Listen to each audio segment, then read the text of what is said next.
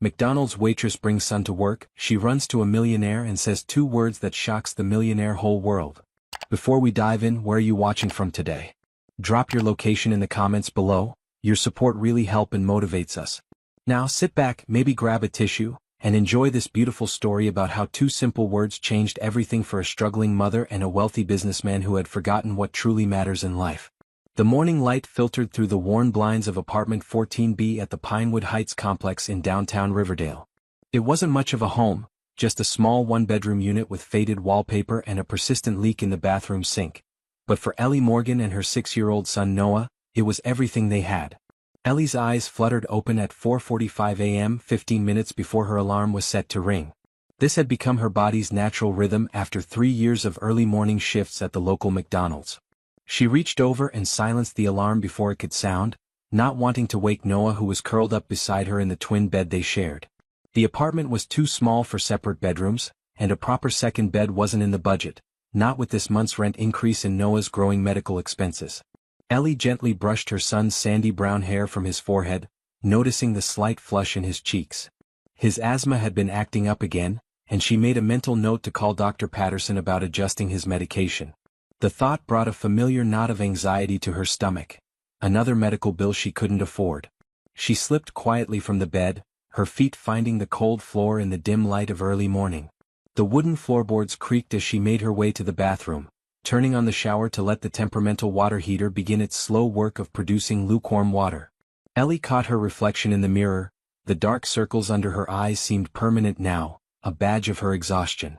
At 28, she often felt decades older, worn down by the constant struggle to keep their heads above water. As the shower sputtered to life, Ellie's mind raced through the coming day's challenges. Mrs. Henderson, their elderly neighbor who usually watched Noah before school, had called yesterday evening to say she had a doctor's appointment and couldn't take him today.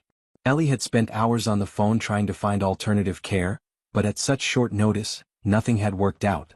Her manager, Rick, had been clear about the restaurant's no-children policy, but after 3 years of never missing a shift, never being late and picking up extra hours whenever possible, she hoped he might make an exception just this once.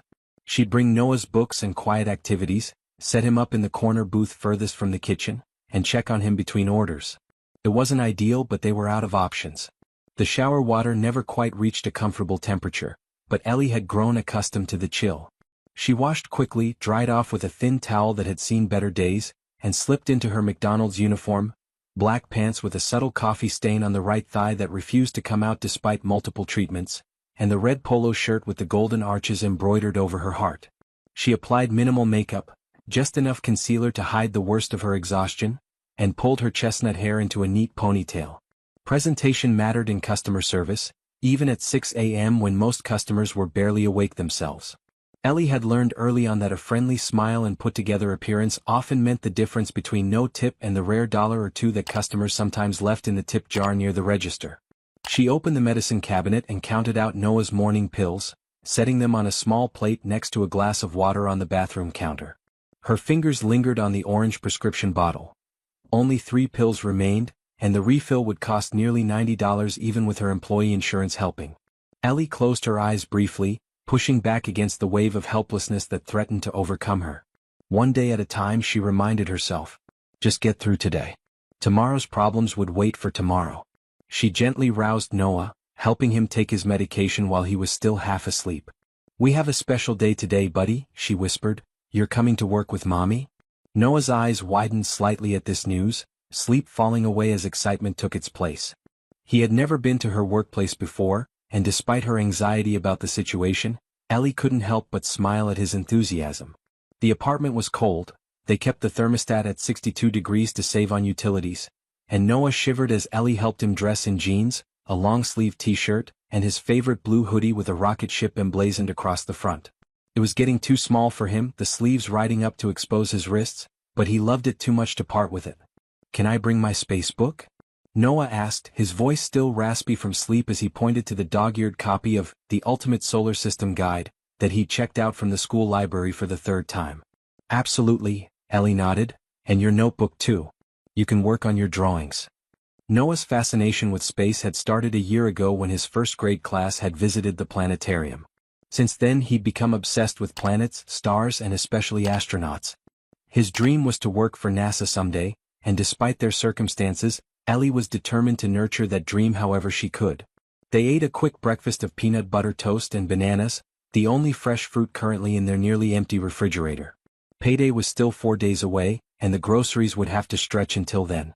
While Noah ate, Ellie packed his backpack with books, colored pencils, his inhaler, snacks, and his Nintendo Switch, a Christmas gift from her parents before they had moved to Arizona for retirement.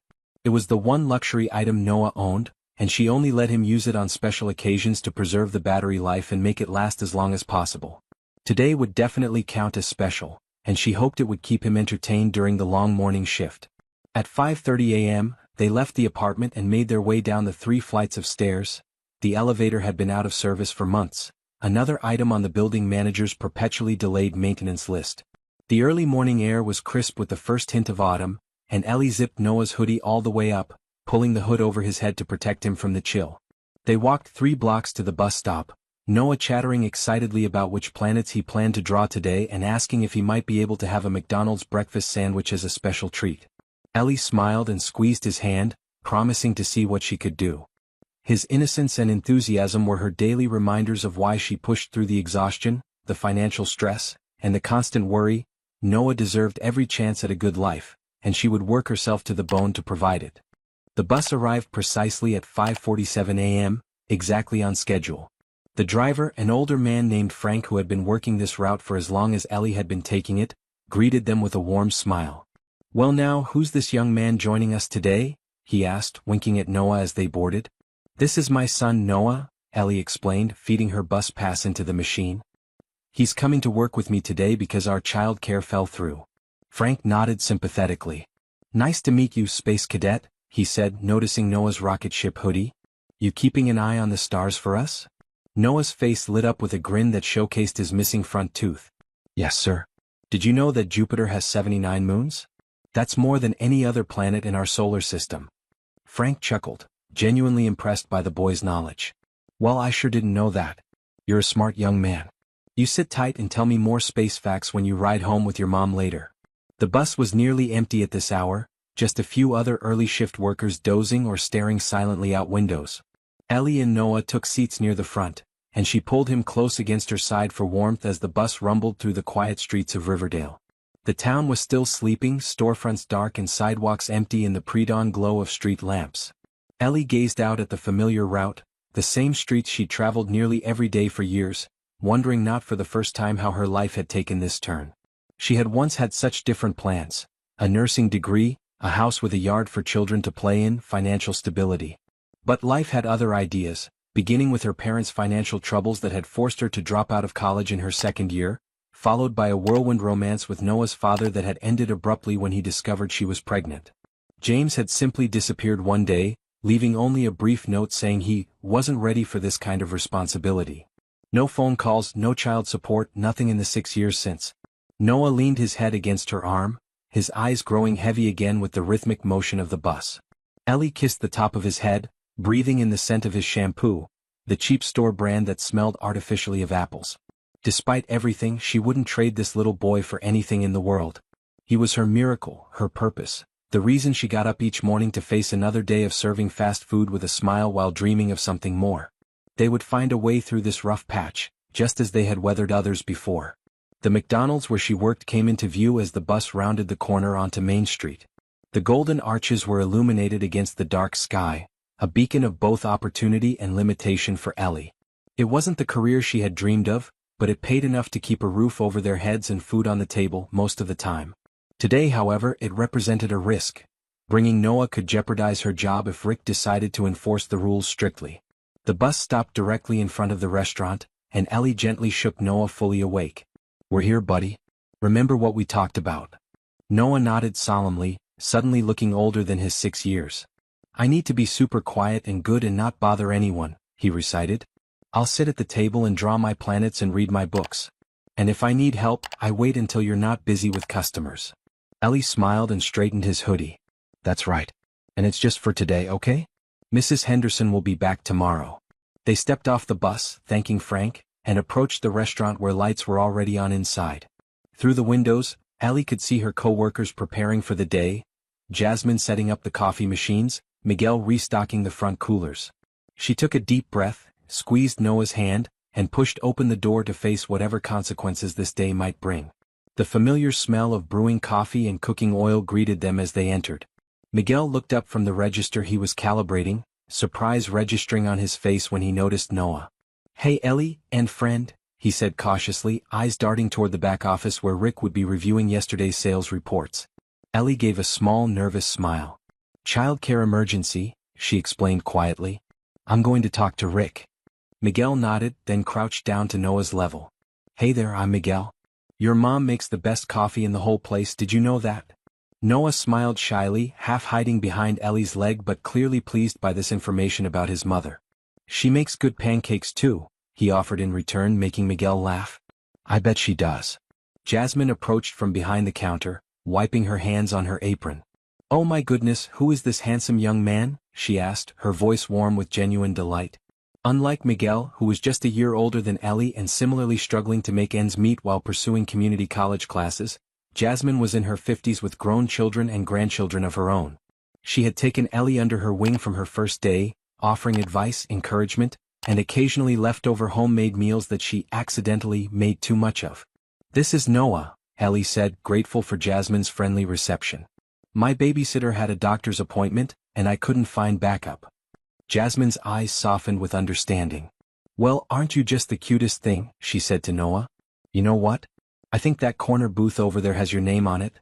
And I might have some chocolate milk that needs drinking if your mom says it's okay." Ellie mouthed a silent thank you to Jasmine as Noah's face lit up at the mention of chocolate milk, a rare treat in their household. She guided Noah to the booth Jasmine had indicated, the farthest from both the kitchen and the front counter, and helped him set up his books and drawing supplies. "I'll be right over there," she said, pointing to the counter. "You can see me the whole time and I'll check on you whenever I can. Be good, okay?" Noah nodded seriously, already opening his space book to a dog-eared page about Saturn's rings. Ellie hesitated, not wanting to leave him alone but knowing she needed to speak with Rick before he spotted Noah himself. With one last glance at her son, now contentedly arranging his colored pencils by shade, she straightened her uniform and headed toward the manager's office, heart pounding with apprehension about the conversation to come. Ellie knocked softly on the office door, her knuckles barely making a sound against the worn wood. For a moment she considered turning around, finding some way to hide Noah's presence until her shift ended, but she knew that wouldn't be fair to her son or honest with her boss. "Come in," Rick's voice called from inside. She pushed the door open to find him hunched over the computer, glasses perched on the end of his nose as he scrolled through spreadsheets. At 42, Rick Sanders had been managing this McDonald's for nearly 15 years, working his way up from crew member during his college days. He glanced up, offering a brief smile that quickly faded as he noticed the tension in her posture. "Everything okay, Ellie?" he asked, removing his glasses and setting them on the cluttered desk. "Rick, I have a situation," Ellie began, her words coming out in a rush. "My babysitter had to cancel last minute, doctor's appointment she couldn't reschedule, and I've called everyone I know, but it's too early and too last minute. I had to bring my son with me today." She took a deep breath, forcing herself to meet his eyes.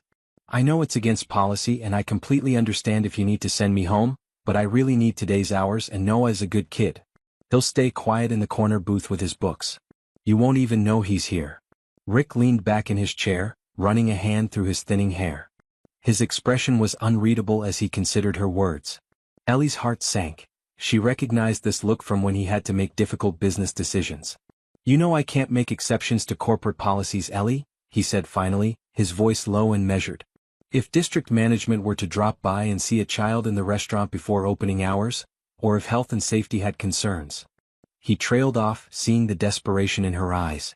Rick sighed deeply, glancing at the family photo on his desk, his wife and 2 teenage daughters smiling back at him from a beach vacation. "How old is your boy now?" 5. 6? he asked, his tone softening slightly. 6, Ellie confirmed. "He just started first grade last month." Rick nodded, seeming to make up his mind. "Okay, here's what we'll do. He can stay in that back booth until your shift ends at 2. But if we get busy or if there's any issue you'll need to figure something else out. And this is a one-time exception, understood? I can't have this become a regular solution." Relief washed over Ellie like a physical sensation. her shoulders dropping as the tension drained from her body. "Thank you, Rick. Seriously, thank you so much. It won't happen again." Rick waved away her gratitude, already turning back to his computer. "Your register is ready. We open in 15 minutes. As she turned to leave, he added, "Ellie? You're one of my best employees. 3 years without a single late arrival or missed shift. That counts for something around here." She smiled gratefully and nodded, closing the door quietly behind her. This small kindness, this recognition of her dedication, meant more than Rick could possibly know. In a life where so much felt like an uphill battle, being seen for her hard work was a rare and precious gift. The morning rush began precisely at 6:30 a.m., a steady stream of commuters stopping for coffee and breakfast sandwiches on their way to office jobs in the business district. Ellie moved with practiced efficiency behind the counter, taking orders, making change, and ensuring each customer left with exactly what they needed to start their day. Every few minutes, she would glance over at Noah's booth, reassuring herself that he was still contentedly drawing or reading. Jasmine had indeed brought him chocolate milk, and Ellie noticed with a mixture of gratitude and slight concern about sugar intake, a small dish of apple slices with caramel dip. Noah caught her eye during one such check and gave her a thumbs up and a gap-toothed smile that melted her heart. He was being so brave and patient, sitting alone while the restaurant gradually filled with strangers. By 9 a.m., the morning rush had subsided to a gentle trickle of customers, mostly retirees who came for coffee and conversation, settling into their regular booths with newspapers and gossip about town events. Ellie used the lull to check properly on Noah, sliding into the booth opposite him for a precious few minutes. "How are you doing, Space Explorer?" she asked, examining his drawings with genuine interest. Noah had filled several pages with colorful renderings of planets, some anatomically accurate based on his book, others imaginative creations with rings of multiple colors or unusual surface features. "I'm good," he replied, showing her his latest creation, a blue-green planet with swirling clouds. "This one's called Noah-ton, and it has water you can breathe in and animals that can talk." Ellie smiled, running her fingers through his hair affectionately. "That sounds amazing. I'd love to visit Noah-ton someday." "You can," Noah said earnestly. "When I'm a NASA scientist, I'll build a special spaceship just for you. It'll have a kitchen so you can cook real food instead of fast food." The innocence and sweetness of his statement caught Ellie off guard, bringing unexpected tears to her eyes that she quickly blinked away. Even at 6, Noah was perceptive enough to understand that his mother deserved more than her current circumstances. "I'd like that," she managed, her voice only slightly unsteady. "Though the fries here are pretty good, don't you think?" Noah nodded enthusiastically, reaching for one of the few remaining fries on the small plate Jasmine had apparently provided along with the apple slices. Ellie made a mental note to pay Jasmine back for these treats, though she knew her kind-hearted co-worker would refuse the money. "Mom?" Noah asked, his expression suddenly serious as he set down his red-colored pencil. "Are we poor?" The question hit Ellie like a physical blow, stealing her breath for a moment. She had tried so hard to shelter him from their financial reality, to make their modest life seem normal and sufficient. But children absorbed everything, noticed patterns, made comparisons with classmates' lives. She considered deflecting or offering a simplified answer, but Noah deserved honesty, delivered with reassurance. "We have less money than some people," she acknowledged, keeping her voice gentle but matter-of-fact. "But we have everything we need, a home, food, each other. And we're rich in ways that matter more than money. We're rich in love, in imagination, in dreams for the future. Like your planets and your NASA plans." Noah seemed to consider this carefully, his young face surprisingly thoughtful. "Jacob at school has 3 video game systems and a trampoline in his yard," he observed. "But his mom is always on her phone when she picks him up. She doesn't ask about his drawings like you do." Ellie felt a rush of love for this perceptive, kind-hearted child who somehow saw beyond material possessions even at his young age. "Everyone's family is different," she said. "Some have more things, some have more time together. I wish we could have both, but I'm very grateful for our time." Noah nodded, seemingly satisfied with this explanation, and returned to his drawing. Ellie checked her watch reluctantly, her break was nearly over, and the lunch preparation would be starting soon. "I need to get back to work, buddy. You okay for a little longer?" Noah gave her another thumbs up, already absorbed in adding details to Noton's surface. As she returned to her position behind the counter, Ellie noticed a black luxury SUV pulling into the parking lot. It stood out among the modest sedans and work trucks that typically filled the spaces outside the restaurant. The vehicle's windows were tinted, obscuring the driver, but something about its commanding presence caught her attention. She watched as the driver's door opened and a tall figure emerged, a man in a tailored charcoal suit that even her untrained eye could tell cost more than her monthly rent. There was something vaguely familiar about his confident stride, the way he adjusted his platinum watch as he approached the entrance, but Ellie couldn't place him. Riverdale wasn't known for visiting celebrities or business tycoons. This McDonald's rarely saw customers in custom suits and Italian leather shoes. The bell above the door chimed as the man entered, bringing with him a subtle scent of expensive cologne that seemed out of place among the cooking oil and coffee aromas. He removed his designer sunglasses, tucking them into his breast pocket as his eyes scanned the restaurant with the assessing gaze of someone accustomed to observing before engaging. Ellie straightened automatically, smoothing her uniform and adopting her professional customer service smile.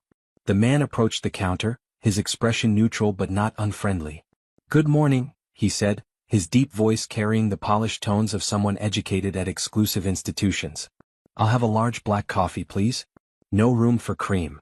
Ellie nodded, reaching for a large cup. "Anything else today, sir?" The man shook his head, extracting a leather wallet from his inner jacket pocket. "Just the coffee." As Ellie turned to fill his order, she felt the man's eyes following her movements. Not in the uncomfortable way some customers watched female staff, but with a curious intensity as though trying to solve a puzzle. She slid the coffee across the counter and rang up his order. "That'll be $2.47, please." The man handed her a crisp $5 bill, his fingers brushing against hers momentarily.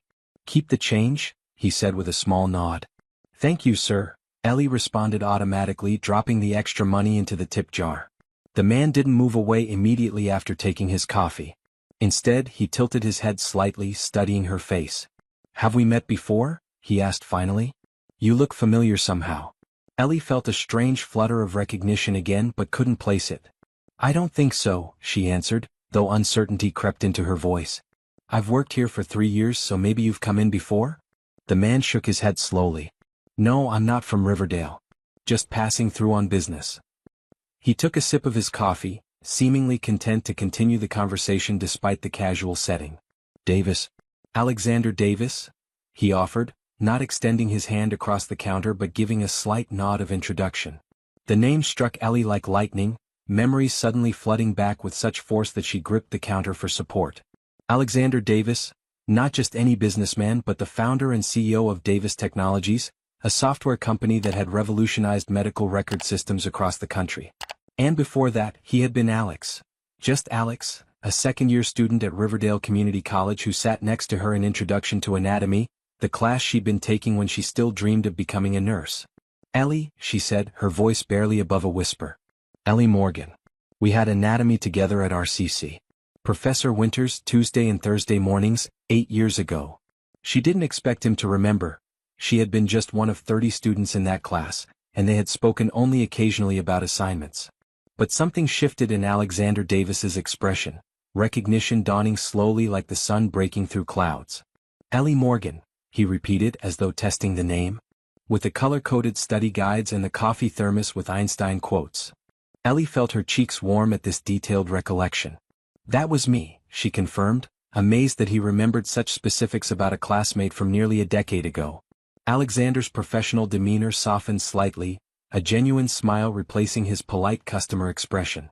"You helped me pass that midterm. My bacterial classification system was a mess until you showed me your method." Ellie remembered that day. Alex had been frustrated, shuffling flashcards at a library table, and she had offered her mnemonic system that organized bacteria by shape, staining properties and oxygen requirements.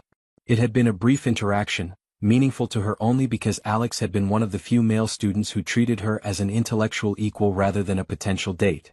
"I'm glad it helped," she said, feeling strangely disconnected from that former version of herself, the ambitious student with color-coded notes and dreams of a nursing career. A small commotion from the corner booth drew both their attention. Noah had apparently knocked over his chocolate milk, and was now frantically trying to mop up the spill with napkins, his space book dangerously close to the spreading puddle. "Excuse me," Ellie said quickly to Alexander, already moving from behind the counter. She hurried to Noah's table, grabbing more napkins from a nearby dispenser. "It's okay, buddy, accidents happen," she reassured him, seeing his eyes fill with tears of embarrassment. "Your book is fine, see? Just a little bit on the corner that we can dry off." She helped him move his drawings and supplies away from the spill, efficiently soaking up the chocolate milk with practiced mom movements that had cleaned countless spills over the years. "I'm sorry, Mom," Noah whispered, his lower lip trembling slightly. "I bumped it with my elbow while I was reaching for my pencil." Ellie gave him a reassuring smile, already gathering the soggy napkins. "No harm done. Happens to everyone." She became aware of a presence beside her and looked up to find Alexander Davis standing there, holding out a handful of fresh napkins from the counter dispenser. "Thought you might need a few more," he said, his eyes moving between Ellie and Noah with an expression she couldn't quite read. "Thank you," she murmured, accepting the napkins and finishing the cleanup. Alexander remained standing beside the booth, his expensive coffee forgotten on the counter across the restaurant. "Is this your son?" he asked, his voice carrying a note of something that might have been surprise or curiosity. Ellie nodded, straightening up and depositing the wet napkins in a nearby trash can. "Yes, this is Noah. Noah, this is Mr. Davis. We used to go to school together." Noah looked up at the tall man in the suit, his initial shyness quickly replaced by his natural curiosity. "Do you like space?" he asked, pointing to his drawings. Alexander looked momentarily taken aback by the direct question, but then crouched down to examine Noah's artwork more closely. "I do actually," he replied, his tone warming as he spoke to the child. "I wanted to be an astronaut when I was about your age. These are excellent drawings. Especially this one, Neptune, right?" Noah's expression brightened at having his work recognized. "Yes. And this one is Saturn, and this is my own planet called Noatun where animals can talk." Alexander smiled, a genuine smile that transformed his businessman's face into something more approachable, more human. "Noatun sounds fascinating. I'd choose talking animals over regular ones any day." He glanced at Ellie, something unspoken passing between them, recognition, perhaps, of how life had taken them in such different directions from that anatomy classroom years ago. The moment was interrupted by Jasmine calling from behind the counter. "Ellie, honey, we've got a bus pulling in. Looks like the senior center day trip." Ellie nodded acknowledgement, turning back to Noah. "I've got to get back to work. You okay now?" Noah gave her a reassuring nod, already returning to his drawings with renewed focus. As Ellie moved to return to her position, Alexander straightened and followed her. "He seems like a great kid," he commented, glancing back at Noah. "Very creative." Ellie couldn't help the proud smile that spread across her face. "He is. Smartest person I know, honestly. And kind too." Alexander nodded thoughtfully. "Must be challenging though," he observed quietly, his eyes taking in her worn uniform, the busy restaurant, the clear evidence of her working circumstances. There was no judgment in his tone, just a statement of what seemed obvious. Ellie felt a flash of defensiveness rise within her, but pushed it down. Alexander Davis might now inhabit a world of wealth and privilege she could barely imagine, but he had no way of knowing her story, the choices and circumstances that had led her here. "We manage," she said simply, unwilling to either complain about her situation or pretend it was easier than it was. Noah's worth every challenge. They had reached the counter, where a line was indeed forming as a group of senior citizens filed in from a chartered bus outside. Alexander nodded, seeming to understand that their conversation was necessarily at an end. "It was good to see you again, Ellie Morgan," he said, retrieving his now cooling coffee from the counter. "Take care." He turned to leave but then paused, reaching into his jacket pocket. He produced a business card, placing it on the counter between them. "If you ever need anything," he began, then seemed to reconsider his words. "It was nice reconnecting," he finished instead, sliding the card closer to her before moving away. As Ellie turned to help her new customers, she caught a glimpse of Alexander pausing by Noah's table, saying something that made her son laugh before continuing toward the exit. The business card sat on the counter like a small white beacon, the embossed logo of Davis Technologies catching the light. Ellie slipped it into her pocket before greeting the first senior citizen with her professional smile, pushing thoughts of Alexander Davis and paths not taken to the back of her mind. She had orders to take, coffee to pour, and a son to provide for. Dreams and what-ifs were luxuries she couldn't afford to indulge in during working hours. The next few hours passed in a blur of activity as the lunch rush began. The restaurant filled with workers from nearby businesses, families with young children, and teenagers from the high school down the street. Ellie moved with practiced efficiency, taking orders, making change, and ensuring food was correctly distributed. Occasionally she would glance over at Noah, who remained remarkably patient in his corner booth, alternating between drawing, reading, and playing quietly on his Nintendo Switch when the battery life permitted. Her heart swelled with pride at his good behavior. Many 6-year-olds would have become restless and disruptive hours ago, but Noah seemed to understand how important this workday was for their survival. As the lunch rush finally began to wane around 1:30 p.m., Ellie allowed herself a moment to catch her breath. Her feet ached from standing for hours, and a persistent pain had developed between her shoulder blades, the familiar tension that accompanied long shifts. Rick emerged from his office, clipboard in hand, checking stock levels and making notes about the day's sales. He paused by the counter where Ellie was wiping down surfaces, nodding toward Noah's corner. "Your boy's been no trouble at all," he commented, surprising her with this unsolicited observation. "Quieter than most of our adult customers." Ellie smiled gratefully, feeling a weight lift from her shoulders. "Thank you for understanding today, Rick. I promise it won't happen again." Rick shrugged, his usual gruff demeanor softening slightly. "We all have tough spots. Lord knows I had my share when my girls were little." He cleared his throat, seemingly uncomfortable with this moment of personal connection, and quickly returned to his managerial persona. "Delivery trucks running late. Might not arrive until after your shift ends." As Rick walked away to check on the kitchen staff, Ellie felt the weight of Alexander Davis's business card in her pocket. She hadn't thought about it during the busy lunch service, but now it seemed to carry a strange significance, a tangible connection to a different world, a different possibility. But what would she even say if she called the number embossed in silver on that heavy cardstock? "Remember me, the McDonald's worker who once helped you with bacterial classifications? I could use a job that doesn't require non-slip shoes?" The thought made her cringe with its desperation and presumption. Alexander Davis might have been briefly nostalgic about their college connection, but people like him didn't maintain relationships with people like her.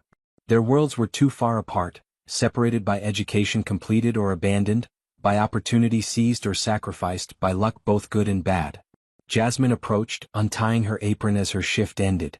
"Your little man is something special," she said warmly, nodding toward Noah. "Been sitting there good as gold all day. Most grown folks can't sit still that long without a phone in their hand." Ellie nodded proudly, glancing over at her son who was now carefully coloring what appeared to be a rocket ship launching from Noton's surface. "He understands more than he should have to at his age," she admitted quietly. "About money, about why I work so much." Jasmine patted her arm sympathetically. "Children are resilient, honey. And they know when they're loved. That boy knows you're moving mountains for him every day." The older woman leaned closer, lowering her voice. "Speaking of which, who was that suit talking to you this morning? Don't think I've ever seen Gucci loafers in this McDonald's before." Ellie felt her cheeks warm slightly at the question. "Just someone I used to know in college. Before I had to drop out." Jasmine raised an eyebrow, clearly sensing there was more to the story, but didn't press further. "Well, he seemed mighty interested in catching up. And he was sweet with your boy too. Stopped and talked to him again on his way out." This was news to Ellie, who had been too busy with the senior center customers to notice Alexander's second interaction with Noah. "He did?" she asked, curiosity piqued despite herself. Jasmine nodded, her eyes twinkling with the delight of sharing information. "Sure did. Spent a good few minutes looking at those planet drawings. Even wrote something in your boy's notebook before he left." Noah seemed pleased as punch about it. As Jasmine gathered her belongings and prepared to leave, Ellie found herself wondering what Alexander could have written in Noah's notebook. More importantly, she wondered why he had taken the time to engage with her son at all. Men like Alexander Davis lived structured, efficient lives, their time literally valued in hundreds of dollars per hour.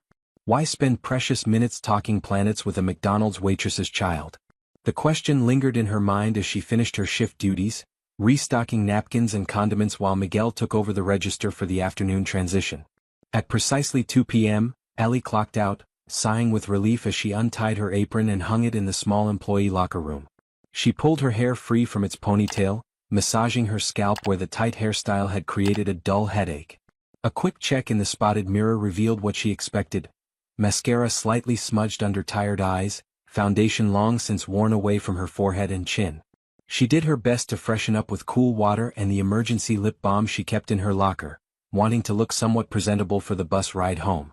Not that anyone on public transportation would notice or care, but personal standards were one of the few things she could still control in a life where so much felt beyond her influence. She returned to Noah's booth, where he was carefully packing away his colored pencils and books. "Ready to go home, Space Explorer?" she asked, helping him zip his backpack. Noah nodded, but then his eyes widened as he remembered something. "Oh, I need to show you what Mr. Davis wrote in my notebook." He pulled out the spiral-bound pad, flipping pages until he found what he was looking for. "See?" He said, "My drawings are wonderful and that NASA would be lucky to have me someday." And he drew this. Noah pointed proudly to a neat sketch of what appeared to be a simplified space shuttle, remarkably well rendered for a quick drawing. Beneath it, in an elegant script that somehow matched exactly what Ellie would have expected from Alexander Davis, were the words, "To Noah, the stars are not the limit. They're just the beginning." Eddie. Ellie stared at the message, unexpectedly moved by this small kindness from a man who had no obligation to engage with her child at all. It spoke to a character she hadn't necessarily expected from someone who had clearly achieved extraordinary financial success. A willingness to see a child, to validate his dreams, to take a moment from what must be an incredibly demanding schedule to connect human to human rather than merely customer to server. "That was very nice of him," she managed, her voice slightly husky with emotion she couldn't quite name. Noah nodded enthusiastically. "He told me he knows people who work at NASA, Mom. Real astronauts and scientists. And he said maybe someday when I'm older he could introduce me to them if I keep studying hard." This revelation surprised Ellie even more. Not just a kind note, but a potential promise for the future. Though she knew better than to put much stock in casual comments made by busy executives to children they'd just met. Still, the fact that Alexander had made the effort touched her deeply. Noah continued chattering excitedly as they gathered his belongings and headed toward the exit. "Mr. Davis asked me lots of questions about school and what subjects I like and if I'm in any special programs. I told him I'm in the advanced reading group, but our school doesn't have a science club, which is sad because I really want to do experiments." Ellie nodded, holding the door open as they stepped out into the afternoon sunshine. "Maybe next year they'll start one," she suggested, though she knew the underfunded public school Noah attended was unlikely to add extracurricular activities anytime soon. As they waited at the bus stop, Noah's excitement about Alexander's visit gradually gave way to the fatigue of spending a full day sitting in a restaurant booth. He leaned against Ellie's side, his eyelids growing heavy as the warmth of the afternoon sun and the emotional come down from an unusual day combined to make him drowsy. Ellie wrapped her arm around him, drawing him close against her side. The bus was running late, not unusual for this time of day when traffic began to build around the business district. She found herself absently fingering the business card in her pocket, running her thumb over the raised lettering of Davis Technologies. The company's headquarters were in Boston. She knew from occasional news articles about its founder's meteoric rise in the healthcare software industry. Alexander must have been in Riverdale for some specific business purpose. Perhaps visiting the regional hospital that served several surrounding counties. The thought of Alexander Davis, successful, wealthy, accomplished, returning to their small town brought a strange mixture of emotions. Pride for a former classmate who had clearly worked hard and succeeded. Curiosity about the path that had taken him from community college student to technology CEO. And yes, if she was honest with herself, a twinge of wistful regret for her own interrupted journey. Not that she regretted Noah, never that, but sometimes she allowed herself to wonder what might have been if circumstances had been different, if she'd been able to complete her nursing degree, if James had stayed, if her parents hadn't needed to move away for more affordable retirement housing. So many ifs that led nowhere productive. The bus finally arrived, its brakes squeaking as it pulled to the curb. Ellie gently roused Noah, who blinked sleepily but managed to climb aboard without complaint. Frank was still driving, nearing the end of his shift. "Well now, how'd the adventure go?" he asked Noah with a friendly wink. Noah summoned enough energy for a tired smile. "Good. I drew planets and met a millionaire who knows astronauts." Frank chuckled, clearly assuming this was a child's imaginative embellishment of an ordinary day. "Sounds exciting. You'll have to tell me all about these astronaut friends tomorrow." Ellie swiped her bus pass for both of them, guiding Noah to seats near the middle of the nearly empty vehicle. Noah was asleep before they reached the next stop, his head resting against her arm, his breathing deep and even. As the bus wound its way through Riverdale streets, Ellie gazed out the window at the changing neighborhoods, from the commercial district with its chain stores and restaurants, through the more affluent residential areas with their well-maintained lawns and newer vehicles and driveways, and finally approaching their own neighborhood with its apartment complexes and discount grocery stores. She thought about Alexander Davis traversing these same streets in his luxury SUV, wondering if he noticed the stark economic divisions in the town where he had once been a student. She wondered what he saw when he looked at her behind that McDonald's counter, Pity? A cautionary tale about interrupted education? Or did he see her at all beyond a brief moment of nostalgia for college days? The bus lurched to a stop at their regular corner, and Ellie gently woke Noah. "We're home, buddy," she murmured, helping him gather his backpack. They thanked Frank and stepped out into their neighborhood, where the afternoon sunshine somehow seemed less golden than it had in the business district. The 3-block walk to their apartment building took them past a liquor store with barred windows, a check-cashing business advertising payday loans, and a dollar store where Ellie frequently stretched their grocery budget with discounted staples. Noah had revived somewhat with the fresh air, pointing out a cat sunning itself on a windowsill and asking if they could have macaroni and cheese for dinner, one of the few meals within her limited cooking repertoire that reliably satisfied his sometimes picky appetite. "We can do that," she agreed, mentally cataloging the contents of their nearly empty refrigerator. They would need to shop tomorrow after she received her paycheck, carefully allocating dollars to essential items and perhaps one small treat if the budget allowed. As they climbed the stairs to their third-floor apartment, Noah counting each step aloud as he always did, a game that had begun when he was learning numbers, Ellie's hand once again found the business card in her pocket. By the time they reached their door, she had made a decision. Not to call Alexander Davis asking for help or a job or anything that might seem like capitalizing on a chance reunion, but perhaps to send a simple thank you note to the company address for his kindness to Noah. Professional, dignified, expecting nothing in return, just an acknowledgement of a small act that had made her child's difficult day brighter. Once inside their apartment, Noah immediately headed for the bathroom while Ellie set down her purse and kicked off her work shoes with a sigh of relief. She moved to the kitchen, filling a glass with tap water and drinking deeply, suddenly aware of how dehydrated she had become during her busy shift. The apartment was quiet except for the hum of the ancient refrigerator and the muffled sounds of Noah washing his hands in the bathroom, a habit she had instilled in him from an early age and now reinforced with gentle reminders about germs and illness prevention. She set the empty glass in the sink and turned to the small desk in the corner of their living area where she kept important papers, bills, and their single shared laptop, a refurbished model that struggled with newer websites but managed the basics. Retrieving a note card from a set her mother had given her last Christmas, Ellie sat at the desk and carefully wrote out a brief message. "Mr. Davis, thank you for your kindness to Noah today. Your encouragement of his interest in space and science meant more than you know. Children need to believe their dreams are possible, and you helped make his seem a little closer. Sincerely, Ellie Morgan."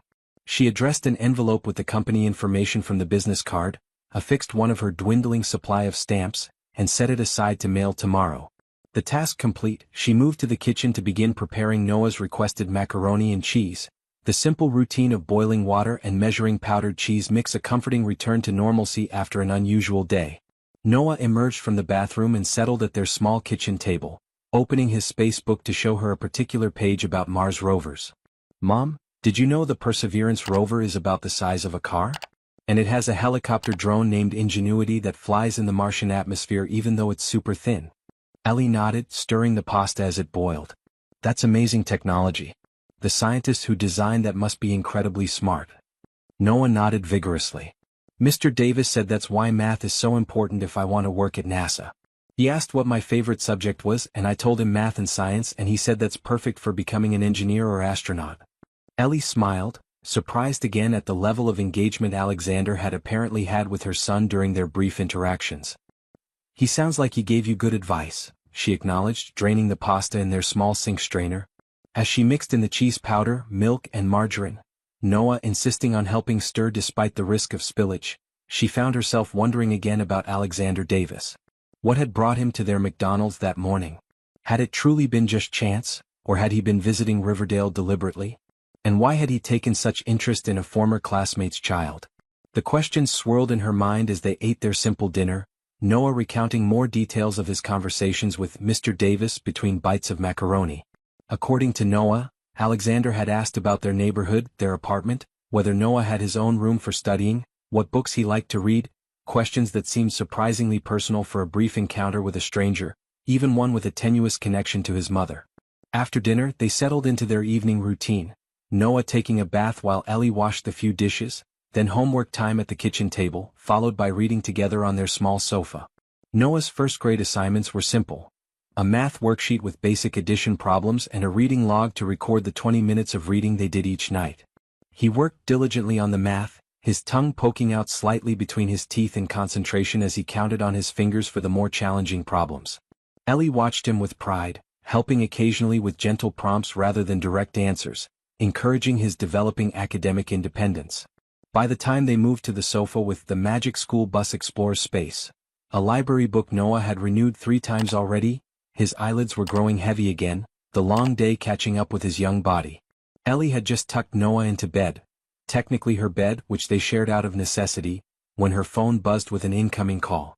The number displayed on the screen was unfamiliar, with a Boston area code. Her heart raced inexplicably as she answered with a cautious, "Hello?" There was a moment of silence, then a familiar deep voice responded, "Ellie? It's Alexander Davis. I hope I'm not calling too late." Ellie sank onto the edge of the sofa, suddenly lightheaded with surprise. "No, it's fine," she managed, her voice sounding strange to her own ears. "Noah just went to bed." There was another brief silence, as though Alexander was carefully choosing his words. "I wanted to call because, well, I've been thinking about our encounter today. About you and Noah. And I'd like to talk with you about something important, if that's possible."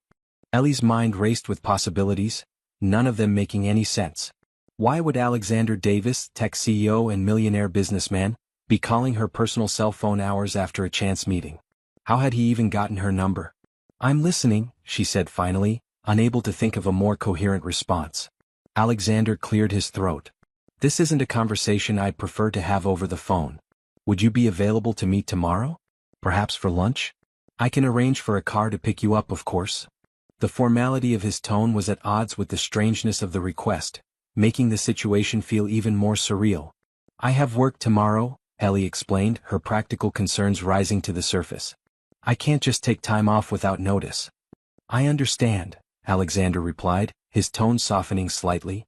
"What about after your shift? Or on your next day off?" There was an urgency in his voice that puzzled her, a tension that suggested whatever he wanted to discuss was significant. Ellie hesitated, torn between curiosity and caution. Meeting a former classmate for lunch shouldn't feel dangerous, yet something about Alexander's intensity made her wary. "Sunday is my day off," she said finally. "I could meet you in the afternoon around 2. Noah has a playdate with a friend from school." The words came out before she'd fully processed her decision to agree, surprising her with her own willingness to step into this unexpected situation. "Sunday at 2 would be perfect," Alexander confirmed, relief evident in his voice. "There's a cafe called Riverside Bistro on Main Street. Would that work for you?" Ellie knew the place, an upscale establishment where she had never eaten, its prices far beyond her budget. "That's fine," she agreed, wondering if she had any appropriate clothing for such a venue. "May I ask what this is about?" Alexander paused again, and she could almost feel his careful consideration through the phone line. "It's complicated," he finally answered. "And rather personal. I'd prefer to explain in person if you don't mind waiting." This cryptic response did nothing to quell her growing curiosity and concern, but she recognized that pressing for details would likely be futile. "All right," she conceded. "Sunday at 2, Riverside Bistro." Alexander thanked her, his formal business tone returning as he confirmed the details once more before ending the call. Ellie sat motionless on the sofa after hanging up, her phone clutched in her hand as she tried to make sense of this unexpected development. What could Alexander Davis possibly want to discuss with her that was complicated and personal?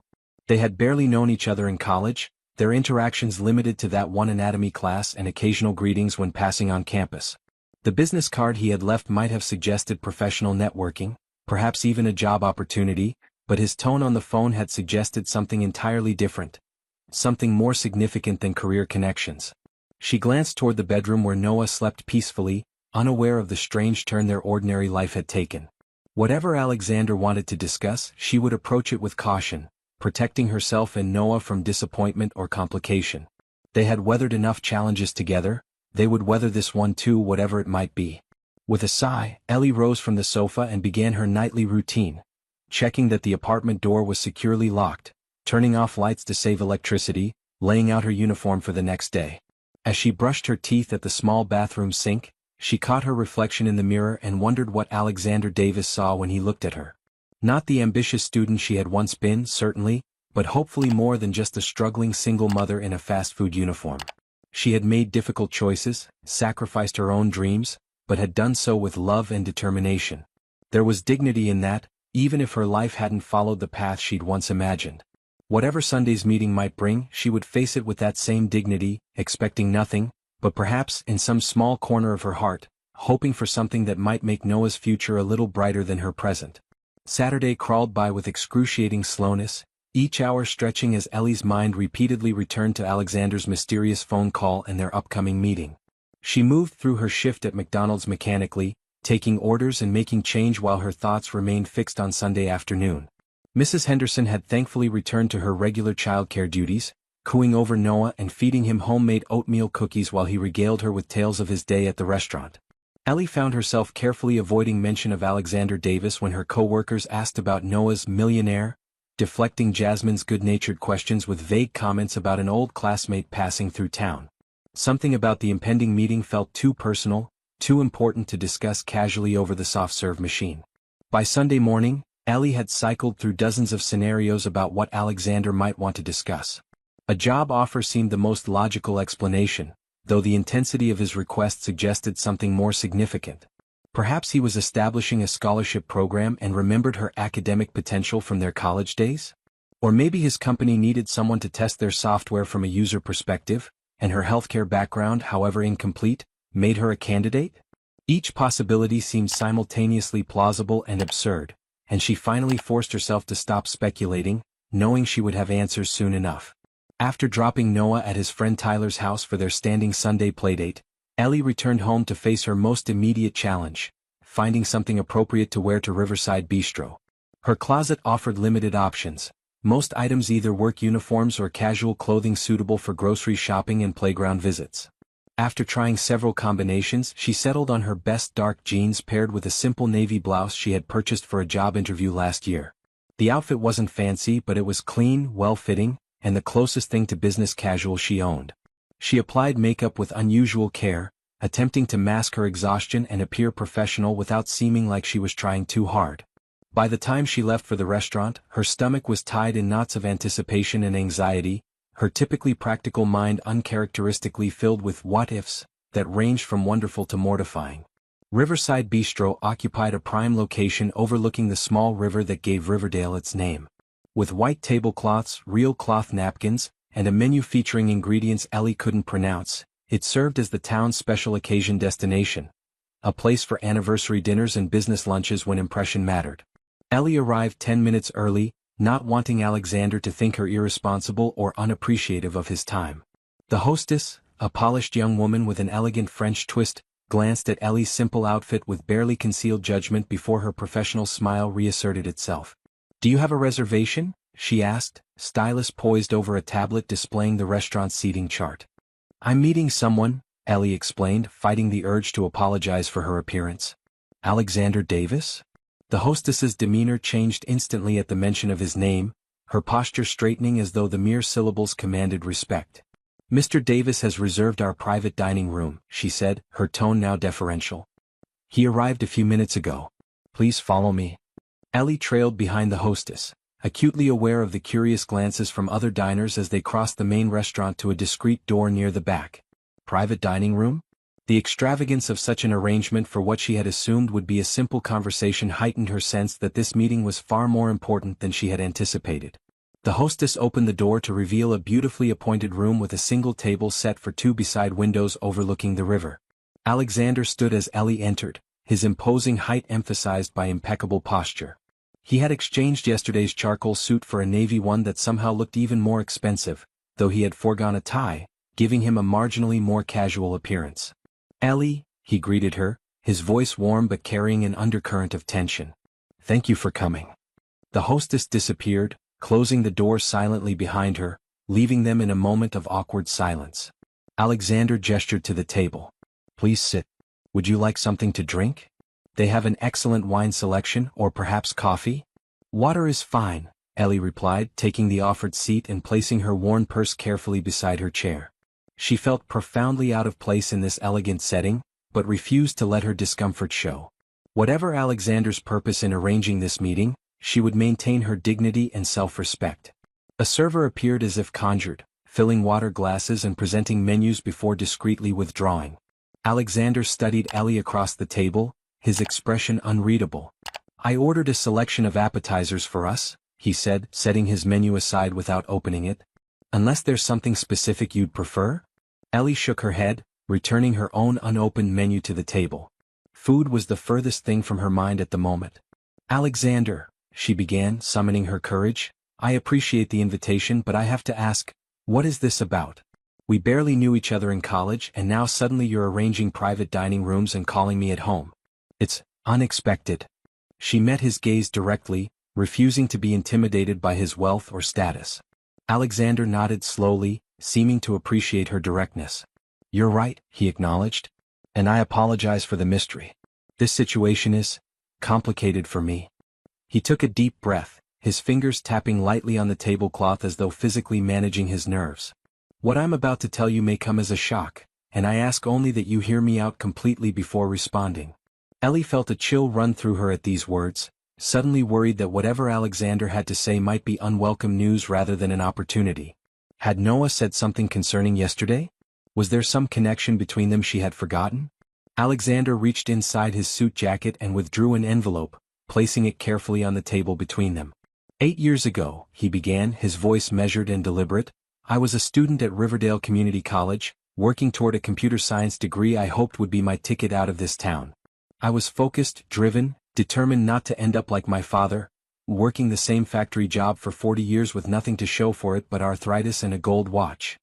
His fingers remained on the envelope, but he made no move to open it. I remember, Ellie said quietly. You were always studying in the library between classes. Anatomy was your elective, you said, because you wanted to understand the physical systems you were designing software to support. This small detail from their shared past seemed to surprise Alexander, his eyebrows lifting slightly. You remember that? Ellie nodded, offering a small smile. I was impressed by your foresight. Most of us were just taking whatever fit our schedules. Alexander returned her smile fleetingly before his expression grew serious again. What you couldn't have known, what no one at RCC knew, was that I was also attending night classes at Eastern State University's satellite campus, working on a second, more prestigious degree simultaneously. This revelation surprised Ellie, though it aligned with the ambitious, hard-working student she remembered. That must have been exhausting, she commented, trying to understand where this personal history was leading. Alexander nodded grimly. 60-hour weeks between classes, studying, and my part-time job at the mall electronics store. I was running on caffeine and determination. He paused, seeming to gather his thoughts. During my second year, when we had anatomy together, I also participated in a medical research study at Eastern State's main campus. They were testing an experimental fertility treatment, using student volunteers to provide baseline samples before and after the trial medication. The compensation was substantial, enough to cover my textbooks for the semester. Ellie's confusion deepened. Why was Alexander telling her about a research study from 8 years ago? What possible relevance could this have to their current situation? Before she could ask, the server returned with a tray of elegantly presented appetizers, tiny pastries filled with what looked like seafood, sliced vegetables arranged in artistic patterns, and several items Ellie couldn't immediately identify. Alexander waited until they were alone again before continuing, his hands now clasped tightly together on the table's edge. 6 months after that study, I received a letter from the university. There had been a serious error in the lab. Some of the participants' samples had been. He hesitated, seeming to search for the right word, mishandled. Mishandled how? Ellie asked, a strange sense of foreboding building within her. Alexander's gaze remained steady, though she could see the tension in his jaw, the slight whitening of his knuckles as his hands pressed together. The study included female participants providing eggs for fertilization testing. My sample was supposed to be used only for chemical analysis, but instead... He paused, taking a deep breath. Instead, it was used in the actual fertilization process. With a participant I never met or knew. The implications of his words began to dawn on Ellie, a cold wave of understanding washing over her. Alexander continued, his voice now so quiet she had to lean forward to hear him. The university discovered the error when they did DNA verification tests on the successful pregnancies resulting from the study. Ellie felt as though the elegant room was suddenly spinning around her, Alexander's words echoing strangely in her ears. Are you saying? She began, unable to complete the sentence as the full weight of his revelation pressed against her consciousness. Alexander nodded, finally opening the envelope and withdrawing several official-looking documents. 6 years and 4 months ago, a child was born as a result of this error, he said, his voice steadier now that the central truth was emerging. A boy. The university provided me with limited information. Just a birth date and the knowledge that the mother had chosen to continue the pregnancy after learning of the lab's mistake. They were legally required to inform me that I had biological offspring, but privacy laws prevented them from sharing the mother's identity. I've been searching for them ever since. Noah, Ellie whispered, the name escaping her lips without conscious thought. Alexander nodded, his expression a complex mixture of uncertainty and hope. When I saw you yesterday with a boy approximately the right age, I began to wonder. Then when Noah mentioned he was 6 and I noticed certain features. The shape of his eyes, the way he furrows his brow when concentrating, exactly like my younger brother did at that age. He spread his hands in a helpless gesture. I know this sounds impossible, Ellie. But is there any chance you participated in a fertility study at Eastern State University 8 years ago? Perhaps through their outreach program for community college students. Memories rushed back to Ellie, the flyer on the Student Center bulletin board advertising substantial compensation, the series of appointments at the University Medical Center, the form she had signed without reading every page of the dense scientific language. She had been saving for nursing school supplies, thinking only of the immediate financial benefit. I did, she admitted, her voice barely audible. It was supposed to be anonymous. They said they were testing hormonal responses to medication, measuring egg quality for research purposes only. There was a mistake with my sample. They called me in for additional tests, told me an unexpected fertilization had occurred. She looked up, meeting Alexander's intense gaze. They gave me options. I chose to continue the pregnancy. Without ever knowing whose DNA had combined with yours, Alexander finished softly. Just as I never knew who carried my biological child. The realization hung between them, too enormous to fully comprehend in the moment. Ellie reached for her water glass, needing something to do with her trembling hands. I don't even know what to say, she managed finally. How can we be sure? This could be an extraordinary coincidence. Alexander slid one of the documents across the table, a formal letter from Eastern State University confirming the error and listing identification numbers for both affected participants. They couldn't give names, but they provided reference numbers. Was yours ES for 2017-276? Ellie nodded slowly, recognizing the code that had appeared on all her paperwork. Mine was ESMD 2017-118, Alexander continued. Male donor, participant 118. I kept all the documentation, Ellie said, thinking of the file folder in her desk drawer at home, papers she had reviewed countless times during her pregnancy, searching for any clue about the genetic heritage her child would carry. But I never had a name, just that number and assurances that the donor had been screened for genetic conditions. Alexander's expression softened with understanding. Just as I had only a number and the knowledge that somewhere, a child existed who shared my DNA. He hesitated before asking, Noah's father, the man he believes is his father, is he involved in your lives? Ellie shook her head.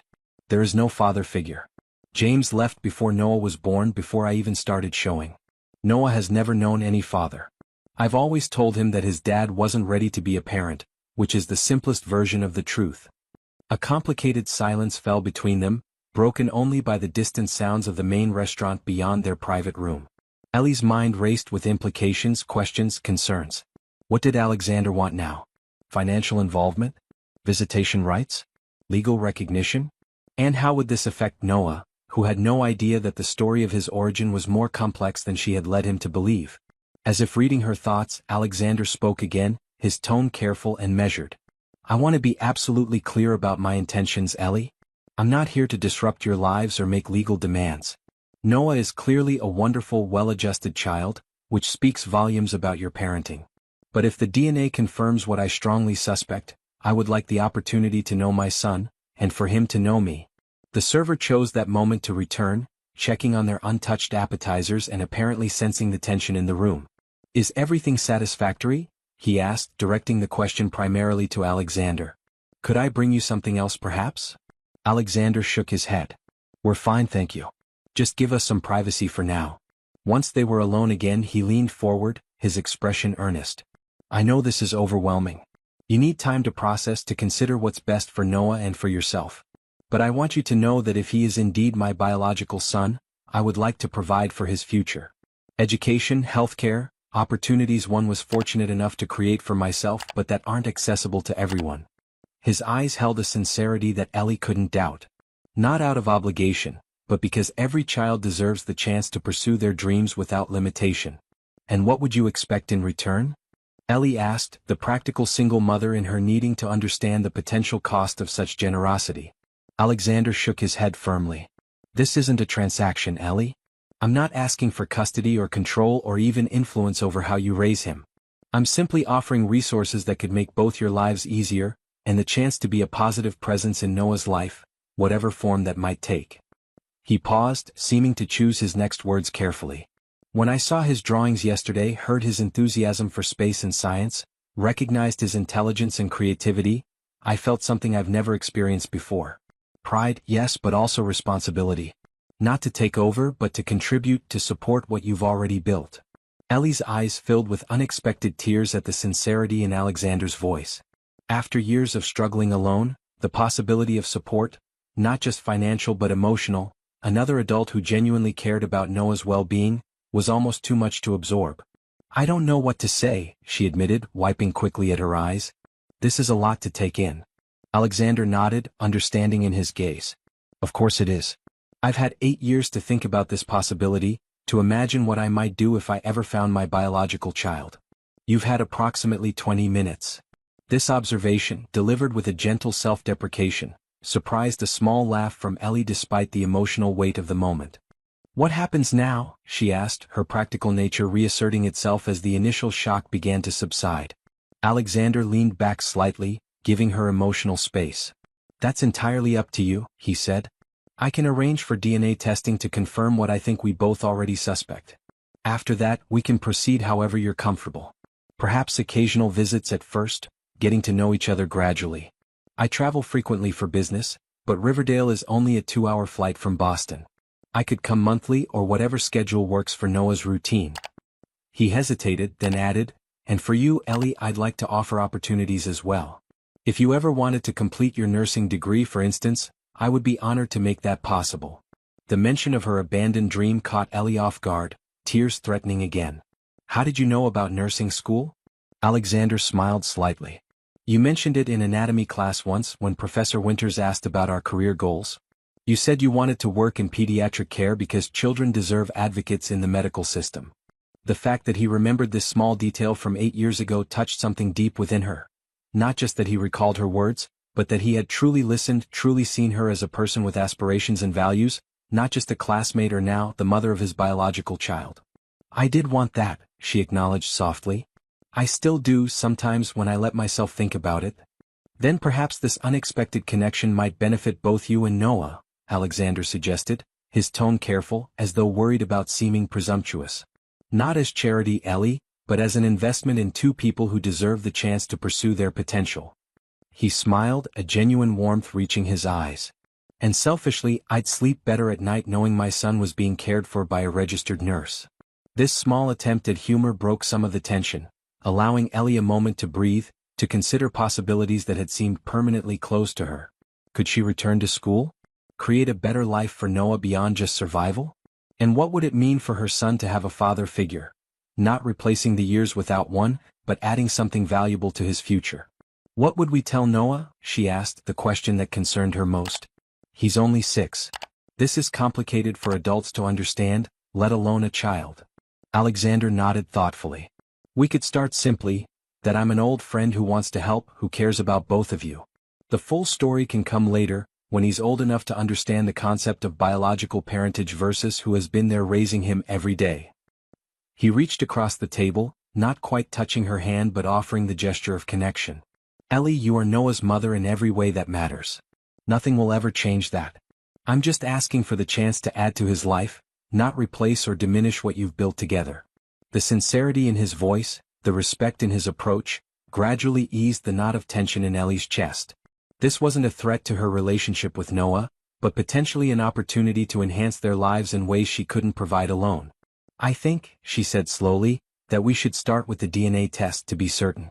After that, maybe you could come for dinner at our apartment one evening. Nothing fancy, but it would give Noah a chance to meet you properly, in his own environment where he feels secure. Alexander's expression brightened with genuine pleasure at this suggestion. "I would be honored," he said simply. "Truly honored."